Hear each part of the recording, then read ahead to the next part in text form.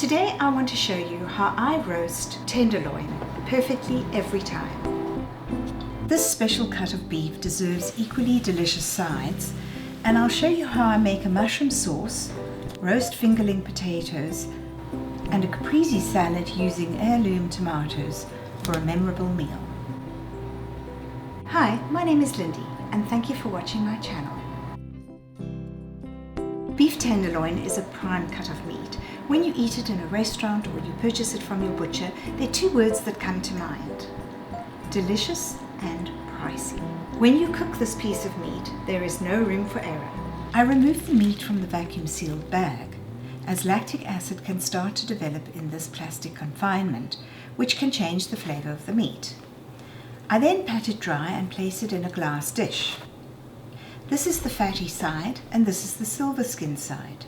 You can keep it in the fridge in this dish for about 4 days. Beef tenderloin is cut from the loin of a cow, and as it is a non-working muscle, it is extremely tender. Beef tenderloin comprises of two parts. The thinner tip on the left is called the filet mignon, and the thicker end, the chateaubriand, the piece that I will be roasting today.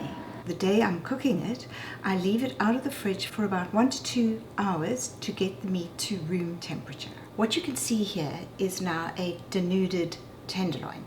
This is what you would purchase in the shop, and you can see that I haven't removed too much fat because the fat will dissolve. We're adding fat to it anyway, and this is just going to add flavor. When it comes to the silver skin, I try to remove as much as I can, because that will not dissolve and that will not cook away. When removing the silver skin and the fat, you want to be using a sharp knife. A deboning knife like this works well because it's got a sharp point and it can get into the cleaning areas. I want to show you how I trim the fat and silver skin to save you some money. Fat is on this side. We don't have a lot of fat here, so we're just going to take off a little bit. Let's talk briefly about price. This tenderloin weighs 1.4 kilograms.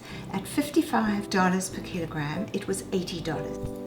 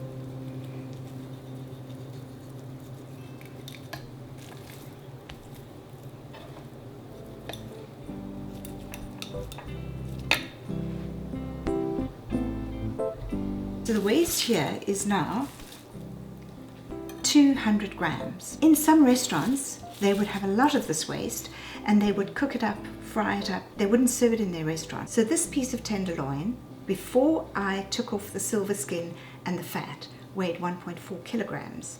It now weighs 1.2 kilograms, which cost us $80. If I had purchased it at the regular price, which is approximately $100 per kilogram, I would have been paying $120 for this piece of tenderloin. So that little bit of extra time to clean it up is, to me, well worth the $40. Some people will now tie it up with kitchen twine. I don't do that. I do it quite simply, where I just pop it like this in the frying pan. I'm going to show you how I do that now. So I begin by browning lightly 2 tablespoons of olive oil, 2 tablespoons of butter, and some crushed garlic.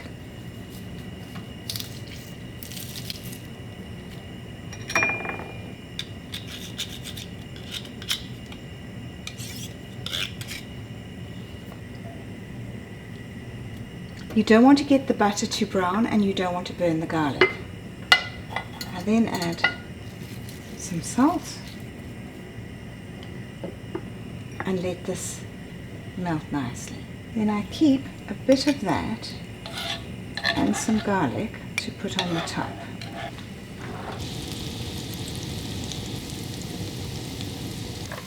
Place the meat in the frying pan.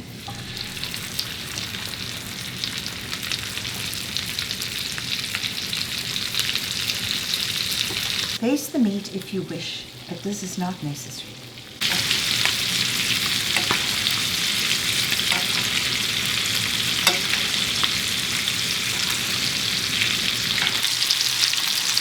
After about 3 to 4 minutes, turn the meat and brown on the other side. Only turn the meat once.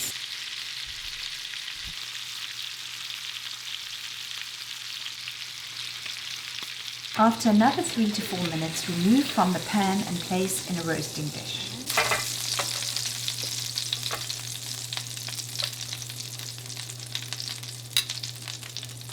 Spoon some of the butter and olive oil over the meat.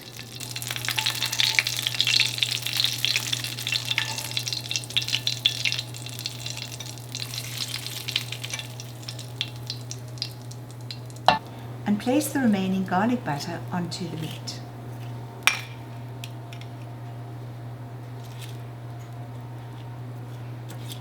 I put it in a dry baking dish, but if you have a frying pan, which is the one I have here, which is oven proof, you could put it in the frying pan into the oven.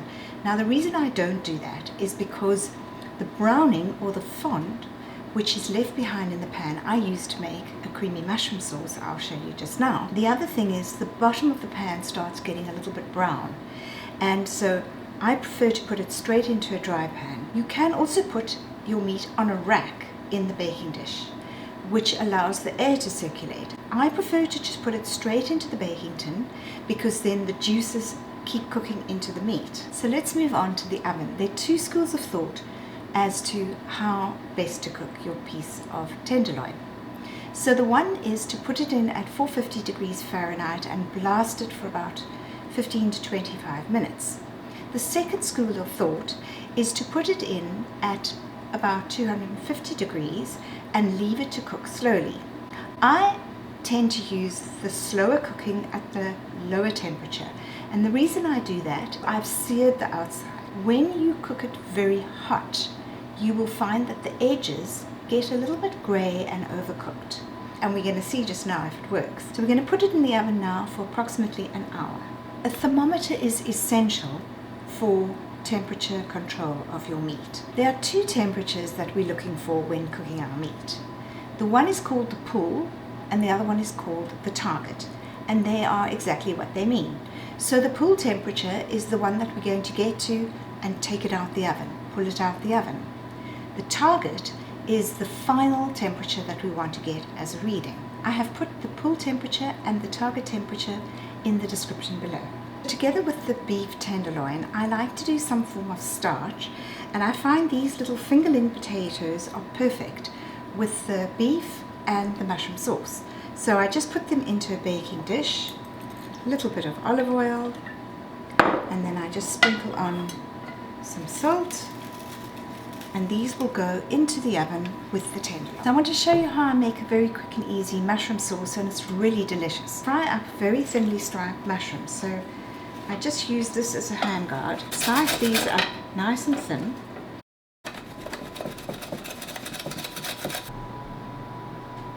We're just going to strain the juices from the frying pan, making sure we get rid of all the very brown black bit. And then we're going to just put this in here. Heat up the pan. We're going to put our mushrooms in here.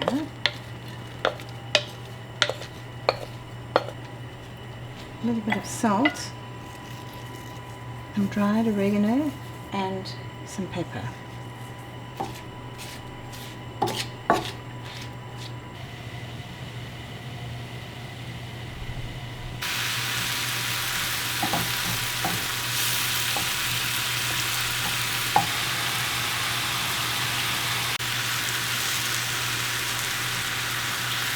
And then once the mushrooms have wilted down somewhat and taken in the infused oil of garlic and butter, we can actually add a cup of cream.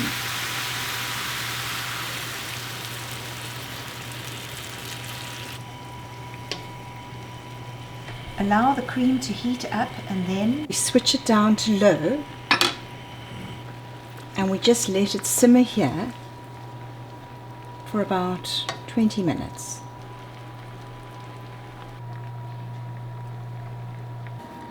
So when you have a delicious piece of meat like a tenderloin, it's important that you have a quality side accompaniment. And I like to use simple, fresh ingredients. So here we have some heirloom tomatoes. I've got some lovely reds, which have got a little bit of green in them. And then we've got some gorgeous yellow ones. And I was thinking of cutting them into slices. But if you look at how they actually are growing, they're asking to be cut in wedges. And then I have some small bocconcini, which I'm going to cut in half with balsamic, olive oil and salt. Here I've cut some very fine onion rings, which I'm going to start by putting onto the bottom of the plate. We're going to put a little bit of olive oil on the bottom. And then next, we're going to cut the tomato. You can see the little lines. I love the color of heirloom tomatoes, but they ripen quickly and don't last very long out of the fridge. And make them all roughly the same size.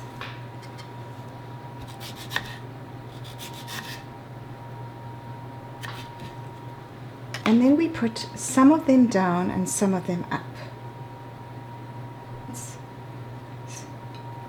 And then we're going to cut the yellow one, same.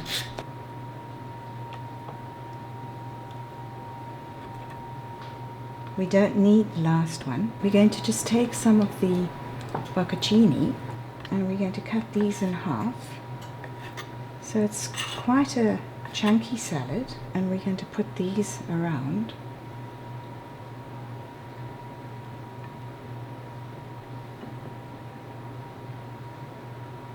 And then we have some basil, which we're going to just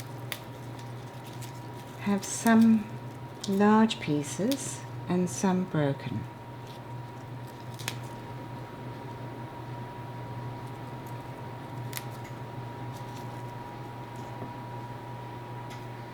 And we're going to just use a bit of our coarse salt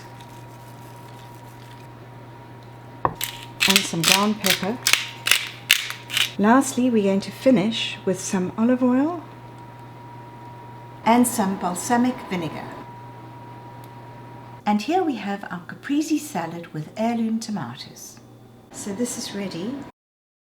Put it on the board to rest. We're just going to put this foil loosely over it. So you don't want to put the foil tightly over it because you're going to create an oven. All you want to do is just put it over it, and it's going to rest now for 10 minutes. So it's smelling really good. And we're going to put this dish with the juices into our mushroom sauce.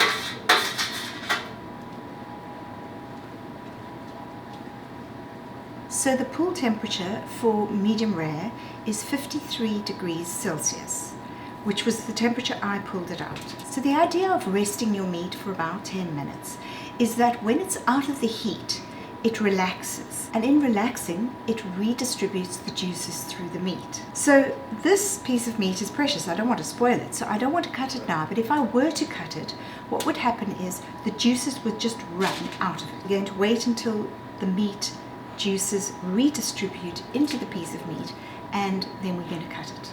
Switch off the heat for our mushroom sauce, as the sauce is now ready to serve.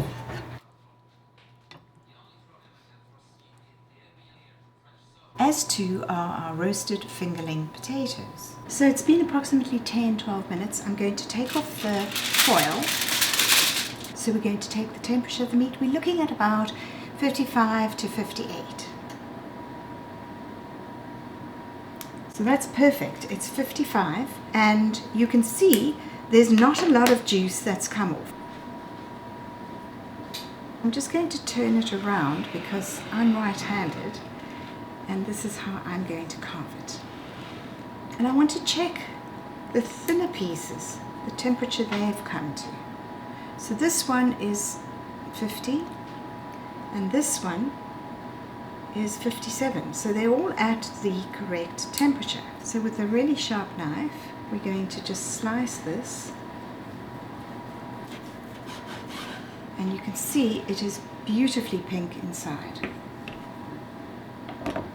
The total cooking time for medium rare tenderloin was 70 minutes. 60 minutes at 250 degrees Fahrenheit. I then increased the temperature of the oven to 350 degrees Fahrenheit. For 10 minutes, I got the pull temperature of 53 degrees Celsius. As we were hoping, the pink of the meat extends up to the edge of the tenderloin. Hi, my name is Lindy, and thank you for watching my channel. If you enjoyed this video, please be sure to hit the subscribe button. And if you have any comments, I'd love to hear from you. Take care and bye.